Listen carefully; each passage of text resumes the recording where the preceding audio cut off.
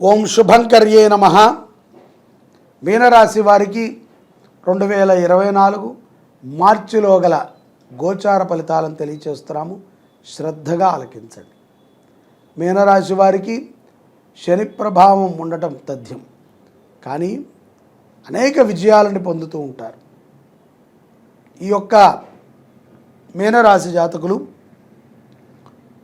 ఈ రాశిలో అనేక కీర్తి ప్రతిష్టలని సంపాదించినటువంటి వారు ఉన్నారు.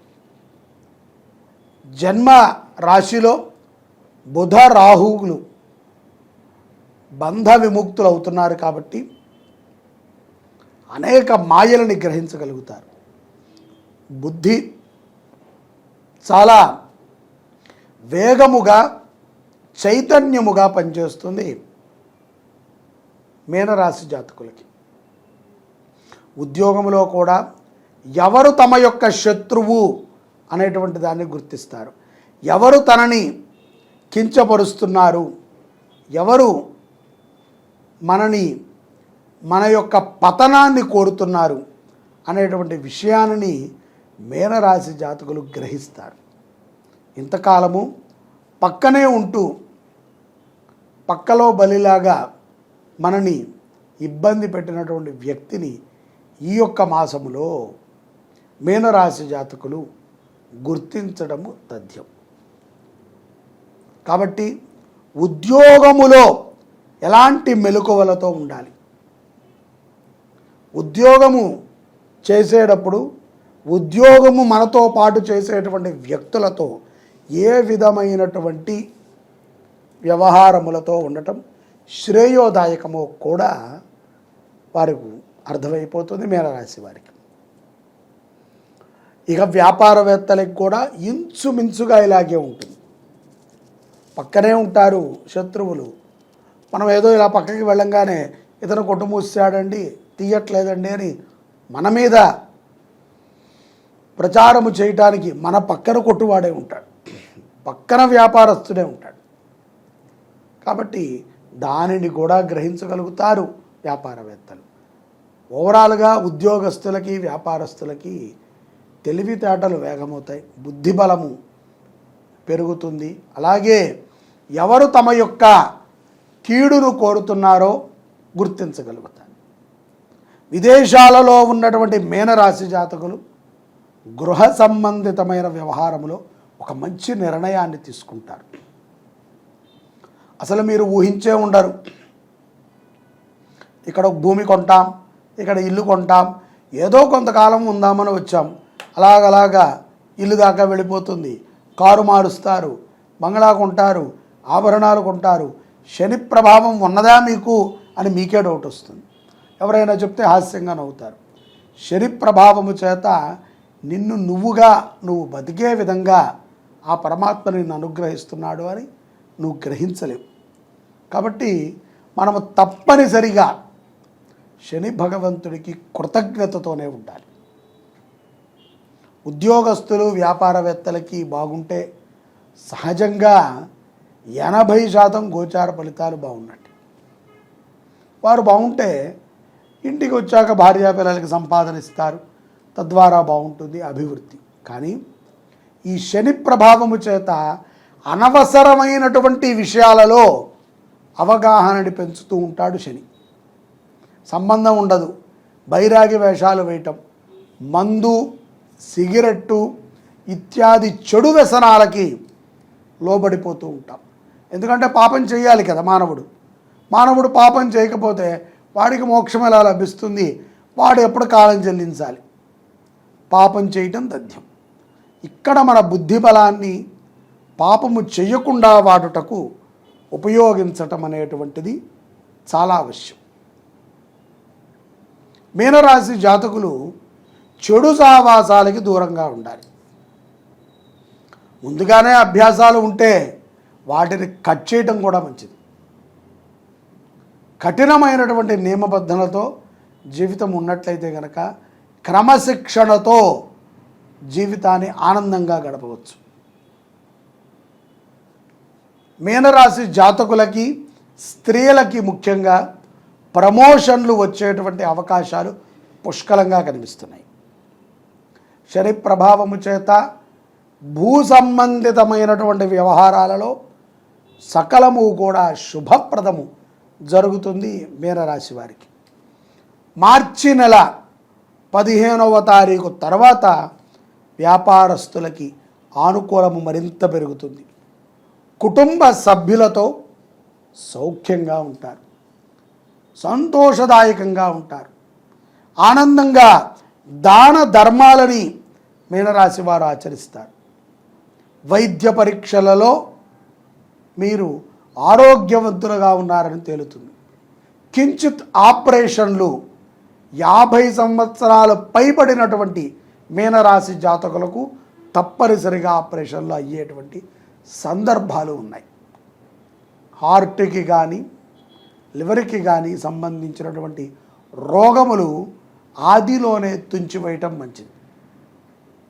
శరీరము ఆరోగ్యంగా లేకపోతే, దృఢముగా మనము లేకపోతే కాయకానికి రోగాలు వస్తే గనక అనేక ఇబ్బందులను చేకూరుస్తూ ఉంటుంది.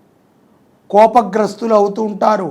కోపాన్ని తగ్గించుకుంటూ ఉండండి, కోపాన్ని పెంచుకునే ప్రయత్నం చేయవద్దు. విద్యార్థులు తోటి విద్యార్థులతో సఖ్యతమైనటువంటి భావనతో ఉండటం మంచిది.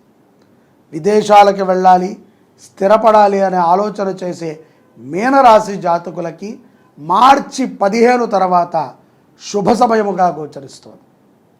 ఈ నెల అమావాస్య రోజున అంటే మార్చి 10వ తారీఖు రోజున తప్పనిసరిగా ఆవుని దర్శించటము, ఆవుకి ఏదైనా గ్రాసాన్ని సమర్పణ చేయటము మీనరాశి వారికి ఎంతో ఎంతో గొప్ప ఫలితాలను ఇస్తుంది.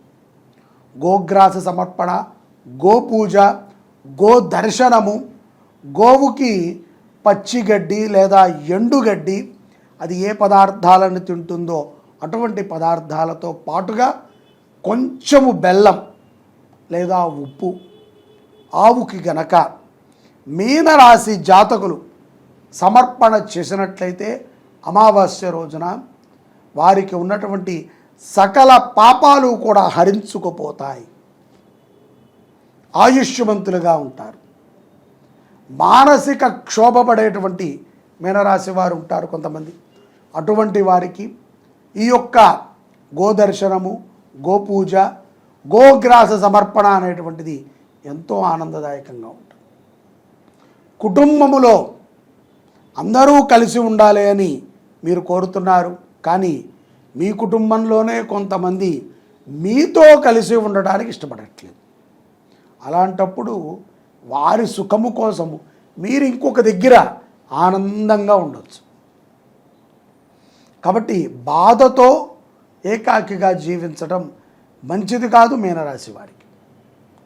ఈ యొక్క మాసములో కొన్ని సందర్భాల యందు గ్రహములు ప్రభావితమవుతూ ఉంటాయి. అలాంటప్పుడు చెడు వ్యసనాల మీదకి మీ యొక్క బుద్ధి కానీ ఇంద్రియాలు కానీ లాగుతూ ఉంటాయి.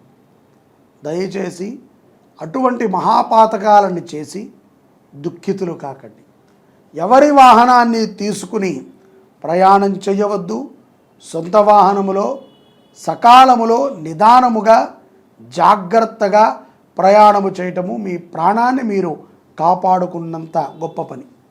లేని ఎడల ఇతరుల వాహనం ద్వారా మీకు ప్రమాదములు సూచించి ఉన్నాయి. జాగ్రత్త అవశ్యం. ఇతరులు వేసుకున్నటువంటి చెప్పులని కూడా మీనరాశి వారు ధారణ చేయకూడదు. ఈ రాశివారు ఈ యొక్క మార్చి నెలలో హనుమంతుల వారిని, గణపతిని ఆరాధన చేయటము శుభప్రదం. శనివారము పూట అన్నదానాన్ని గనక చేసినట్లయితే మంగళప్రదమైనటువంటి అనుగ్రహాన్ని ఈ యొక్క మీనరాశి కుటుంబం పొందవచ్చు. కుటుంబం అందరికీ సత్ఫలితాలు కావాలి అంటే అన్నదానమే గొప్ప వరము మీనరాశి వారికి. ఓం శుభంకర్యే నమః. గౌరం కుంకుమ పంకిలం సుతిలకం వ్యాపాండుగండస్థలం భ్రూవిక్షేపకటాక్ష వీక్షణలసత్ సంసక్త కర్ణోత్పలం స్నిగ్ధం బింబపలాదరం ప్రహసితం నీలాలకాలం కృతం వందే పూర్ణ శశాంక మండల నిపం వక్త్రం హరస్యోత్తరం. ఓం నమ శివాయ. మనము శివరాత్రికి వచ్చేసాము. శ్రీ శోభకృత నామ సంవత్సరములో మార్చి 8వ తారీఖు మహాశివరాత్రి మనందరము కూడా ఆచరణ చేసుకుంటున్నాం. ఈ యొక్క మహాశివరాత్రి రోజున ప్రతి ఒక్కరము కూడా శివాలయాలకి వెళ్ళటము, దర్శనము చేసుకుంటాము, ఉపవాసము ఉండటము, అలాగే దాన ధర్మాలు చేయటము, ప్రదోషకాలములో దీపాన్ని వెలిగించటము, రాత్రి అంతా కూడా జాగరణ ఉండటము, మరుసటి రోజు ఉదయాన్నే శిరస్నానం చేసి శివ దర్శనాన్ని చేసుకుని ఎవరికైనా ఒక సాధువుకి లేకపోతే బ్రాహ్మడికి స్వయం పాకాన్ని ఇచ్చి మనము భోజనము చేయటం అనేటువంటిది మనము పూర్వం నుంచి ఆచరణ చేసుకుంటూ వచ్చినటువంటి విధానం.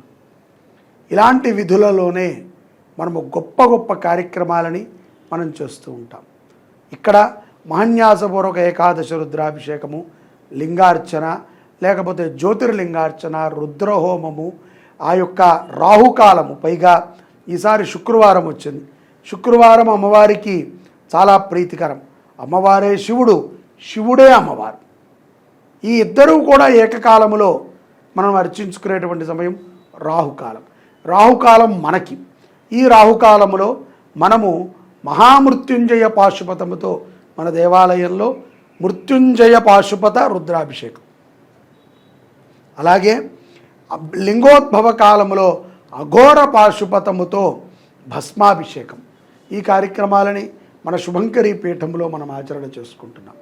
వీటిలో మనం పాల్గొనటం ద్వారా మనకెంతో శుభం జరుగుతుంది.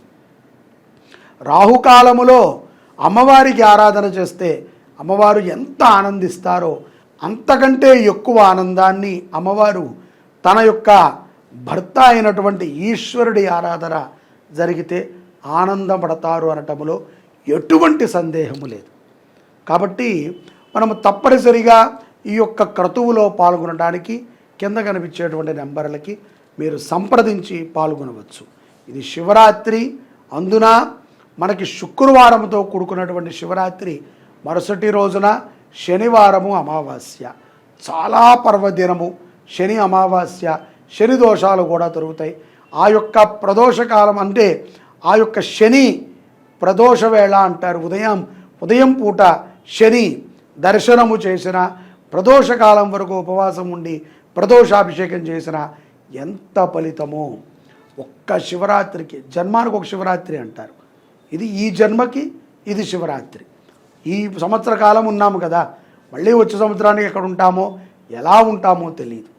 ఈ సంవత్సర కాలములో మనము సంవత్సర కాలము శివారాధన చేసిన పుణ్యం కావాలి అనుకుంటే తప్పనిసరిగా ప్రతి ఒక్కరూ కూడా ఈశ్వరారాధనలో పాల్గొనటం మంచిది. ఓం శుభంకర్యే నమః. ఓం నమః శివాయ.